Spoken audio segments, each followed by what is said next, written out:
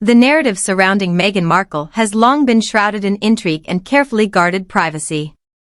Recently, however, an unexpected voice emerged to challenge the prevailing story. Samantha Markle, Meghan's half-sister, came forward with statements that have reignited long-standing speculation. Rather than approaching the subject with hostility or tabloid sensationalism, Samantha presented her perspective with striking directness. She addressed persistent rumors suggesting Meghan may have had a hysterectomy in her late 20s, a medical procedure with profound implications. Samantha encouraged observers to examine the chronology of events carefully, suggesting that certain details only make sense when viewed through a different lens. Her statements, delivered calmly and deliberately, have opened a new chapter in an already complex story. This brings us to the questions that have surrounded Archie and Lilibet since their births. As public curiosity intensified, many observers noticed patterns that seemed unusual. Multiple threads of speculation began pointing toward one particular possibility, that the children were born via surrogate. It's important to note that surrogacy itself carries no inherent controversy. For countless families, it represents a meaningful path to parenthood when biological challenges arise. Many people speak openly about their surrogacy journeys, celebrating the generous individuals who make their families possible. However, the context surrounding Meghan's situation differs significantly. Within the British royal institution, lineage carries extraordinary weight. Detailed records track bloodlines, birth circumstances, and hereditary connections. These details extend beyond mere tradition, they determine succession rights, title eligibility, and official royal status.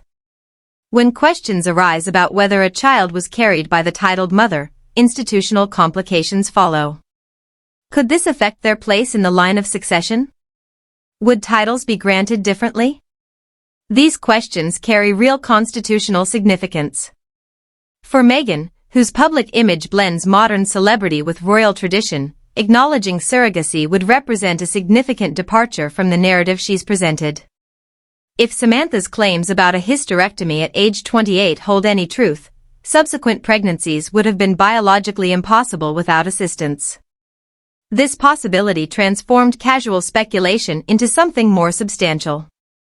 The central question became, do the children exist? Certainly. But were the pregnancies presented to the public accurately? That uncertainty lies at the heart of ongoing debate. Then came an unprecedented development. A woman identifying herself only as DL stepped forward publicly, speaking without concealment or anonymity. Her opening statement was direct and consequential. She claims to have served as the gestational carrier for both Archie and Lilibet.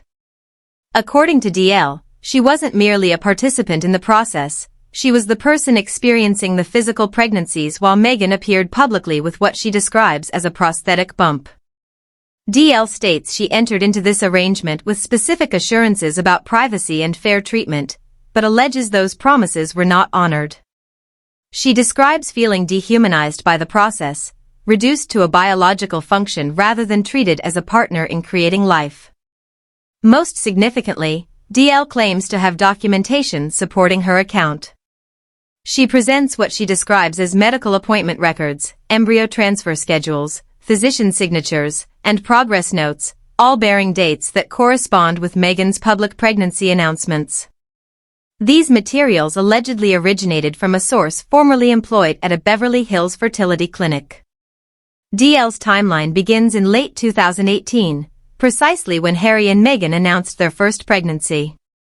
However, she maintains that the pregnancy was progressing in her body, not Meghan's. She describes being contacted shortly after the royal wedding, brought into facilities through private access points, and presented with extensive confidentiality agreements before beginning a carefully orchestrated medical protocol.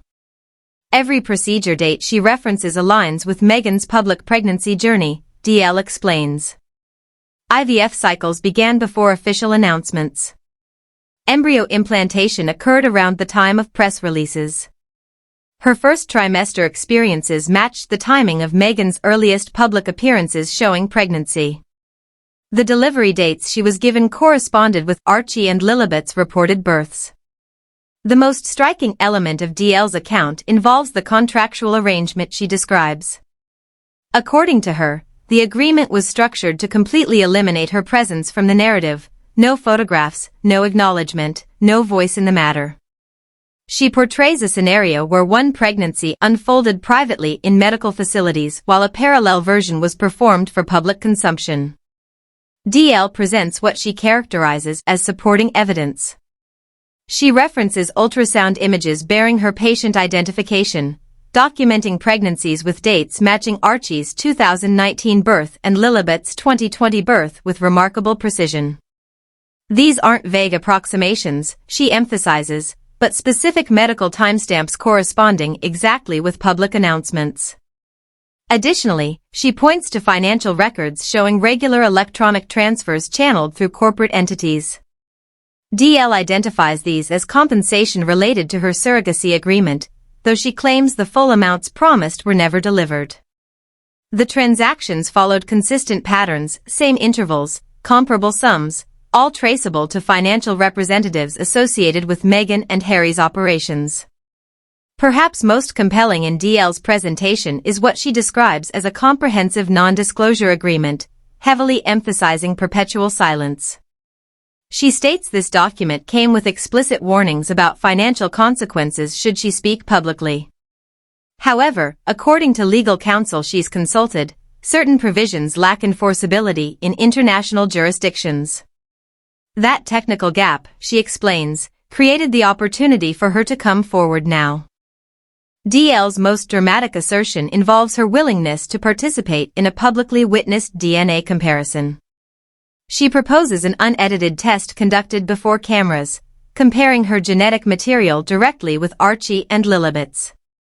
She frames this as an ultimate form of accountability, claiming that if her statements are false, the results would immediately expose her.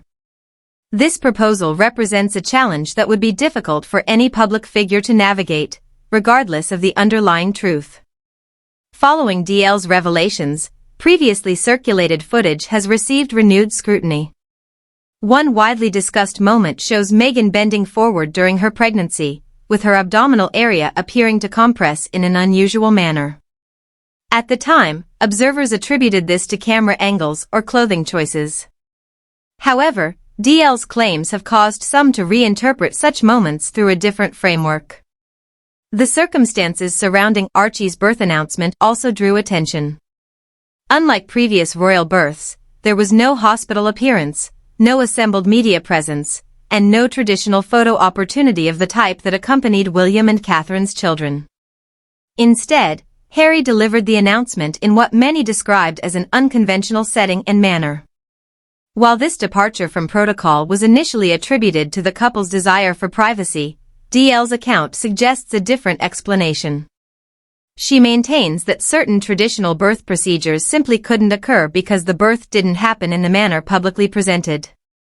DL's most consequential claim involves Prince Harry's level of awareness and participation. According to her account, Harry wasn't merely informed after the fact, he was present at appointments, reviewed and signed documentation, and met with her directly. She characterizes his involvement as comprehensive and knowing.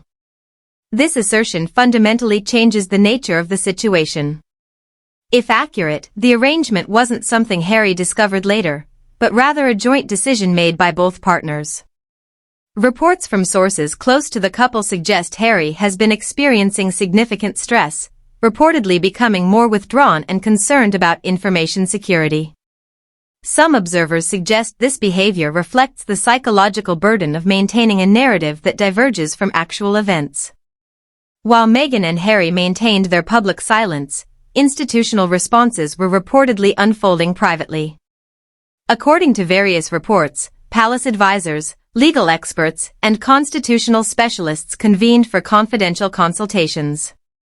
The concern stems not from the surrogacy itself, but from the implications if surrogacy occurred without proper declaration. British royal succession operates under specific constitutional principles. When alternative reproductive methods are used, formal disclosure is constitutionally required. Archie and Lilibet received royal titles and positions in the succession order. If DL's account is accurate and no official surrogacy declaration was made, this represents more than a personal matter. It touches fundamental questions about succession legitimacy.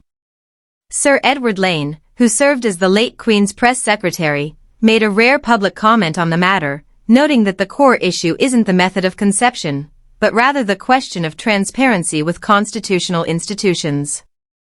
For the monarchy as an institution, public confidence represents its foundation. DL's claims, if substantiated, would raise questions that palace officials reportedly hoped would never require formal examination. These include whether official records accurately reflect the circumstances of the births, whether any institutional personnel had knowledge of alternative arrangements, and whether succession documentation requires review. These inquiries extend beyond reputation management. They address the fundamental concept that royal status derives from documented lineage. Constitutional experts note that if births were presented differently than they occurred, this could theoretically create complications regarding the children's official positions, not based on their identity, but on procedural grounds. The palace has not issued public statements suggesting crisis, but the absence of their characteristic robust denials has been noted by royal watchers. DL has indicated her intention to continue sharing information. She references additional documentation she plans to release, further media engagements she's arranged, and ongoing legal consultations. Her DNA testing proposal remains her most pointed challenge, one that cannot be easily dismissed through traditional public relations approaches. She frames this as a definitive test. If her claims are fabricated, genetic evidence would immediately reveal this. Conversely, if her account is accurate, explanations would be necessary from multiple parties. Reports suggest Meghan's communications team has found this situation particularly challenging to address, while Harry's demeanor has reportedly shifted noticeably. Palace officials are said to be assessing how to respond to allegations that have already achieved widespread public attention. DL's emergence transformed her from an anonymous figure in a contractual arrangement to a central voice in an unfolding controversy.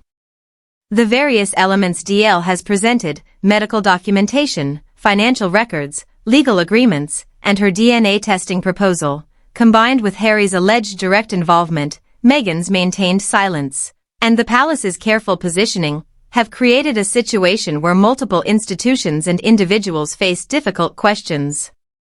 If these allegations continue gaining traction, resolution likely won't come through carefully orchestrated public statements or strategic media appearances. Instead, formal processes involving legal testimony, verified documentation, and direct responses to specific claims may become necessary.